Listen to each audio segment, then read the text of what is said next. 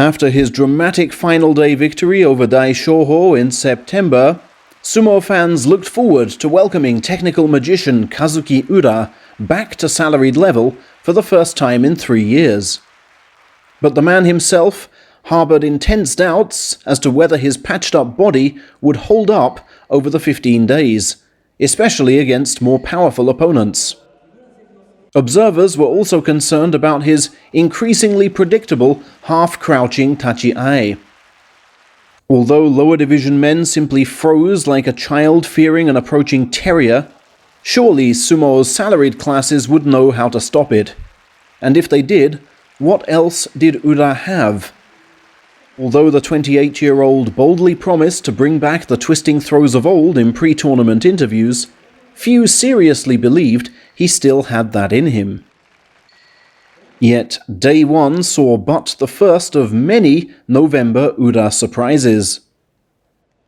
Nishiki Fuji, admittedly struggling for form and fighting Ura for the first time, couldn't block the ducking tachi-ai, and got his right arm knocked fatally upwards by a hand which a split second earlier had been on his thigh.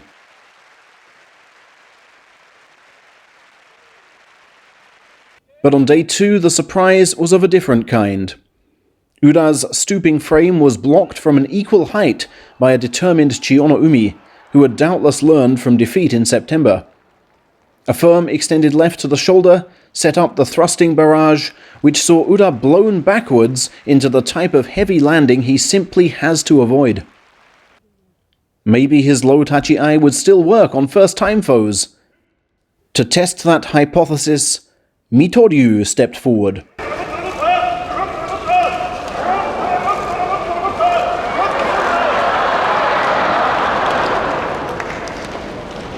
And the Mongolian kept his right admirably low to protect his lower limbs. Ura said he was totally beaten for power.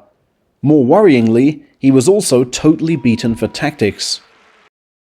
Luckily, ring-rusty Fujiazuma was absolutely no match on day 4, allowing him to bring his score back to 2-2 with the merest of pushes. But on day 5, against tall and wily veteran Kyokushuho, Ura decided a change in tactics was a must.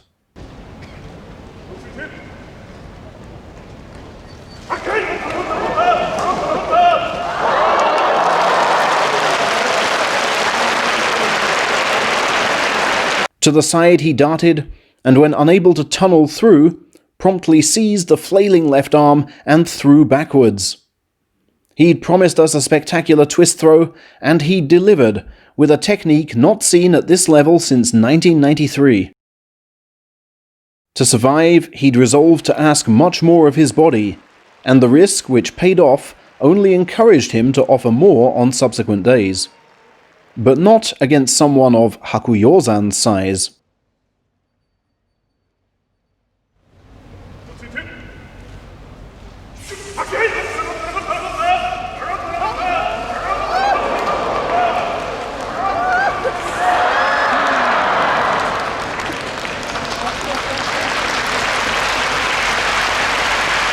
Ura's ingenuity was again first-rate, and with a better run-up, he could have won from this position. But with hips straightening, he was bopped by Hakuyozan's elbow, and then pushed into permanent retreat. The rope, which was once his sumo playground, now sees no acts of resistance from him at all. A worrying development indeed. Confidence would be inspired if he proved he could fight from the front. And over the middle weekend, he began to do just that. Despite his route inside being blocked by Takagenji on day 7, he held his own in the thrusting exchange, sliding his right leg backwards to draw his foe in, while subtly lowering his stance. A sidestep and a leg pull later, and he'd fashioned the winning push-out. And on day 8, he even looked dominant fighting from the front against Chiyo Otori, a man more than game for a thrusting battle. Again dropping back the leg to propel himself into a second charge, this time without reply. That was enough to convince me he'd survive. He likely looked upon his next match as a gift, 3rd Division promotion chaser Shiraishi having a plan only for halting the initial charge and nothing else. 5 slapdown attempts were nothing short of daft, and the grateful Ura just nudged him out. And after bravely going toe-to-toe with Tsurugisho to pull the rug from under him, Ura found himself in the joint lead with 5 to fight.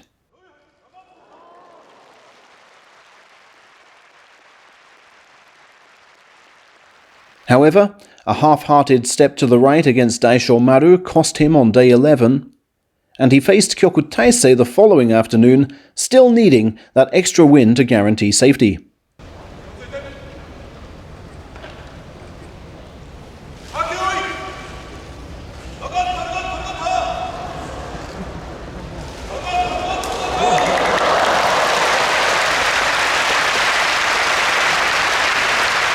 Here too, the backward sliding foot was the potent weapon, lulling his foe into a full sense of security before the forward drive. He was thus still in the crowded joint lead heading into day 13, and this match with Waka Motoharu.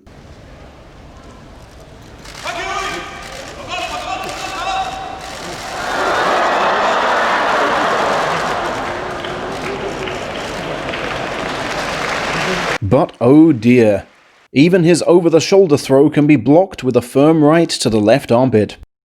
A tactically spot-on showing from Wakamoto Haru, a left to the shoulder to repel the inward dive, and steely resolve to keep raising Ura's upper body and, consequently, the backward sliding leg. Still undeterred, Ura went for another over-the-shoulder throw against Azuma Ryu on the penultimate day, failing to lift him enough, but keeping his back straighter than on day 13 to lean on him from behind. Another rare technique of Ushiro Motare, backward lean out, gave him win number 9, and still a faint chance of catching leader Midori Fuji on the final afternoon. His task was to defeat hobbling 34-year-old Iki Oi, who had suffered double-digit losses for the 3rd tournament running. A foregone conclusion?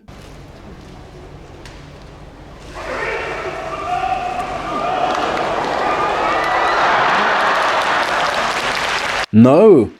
Although the veteran's forearm smash failed to prevent the left from cutting inside, years of finely honed positioning saw Iki Oi lope with the left, lock with the arm, then push down the neck for insurance. Ura thus finished with a commendable 9-6, perhaps beyond most fans' expectations. At 153 kilos and with an expanded regime in the weights room, he's physically at the largest and strongest we've ever seen him, thus more capable of fighting from the front. But those knees still have to be protected, and there's only so many backward slides, deft sidesteps, and jerking movements an aging body can do. Remember, in 18 months, he'll be 30. Ura's sumo brain is still the sharpest in the division, but it's unlikely the body can follow its every single command. But given my affection for him, I dearly hope he proves me wrong.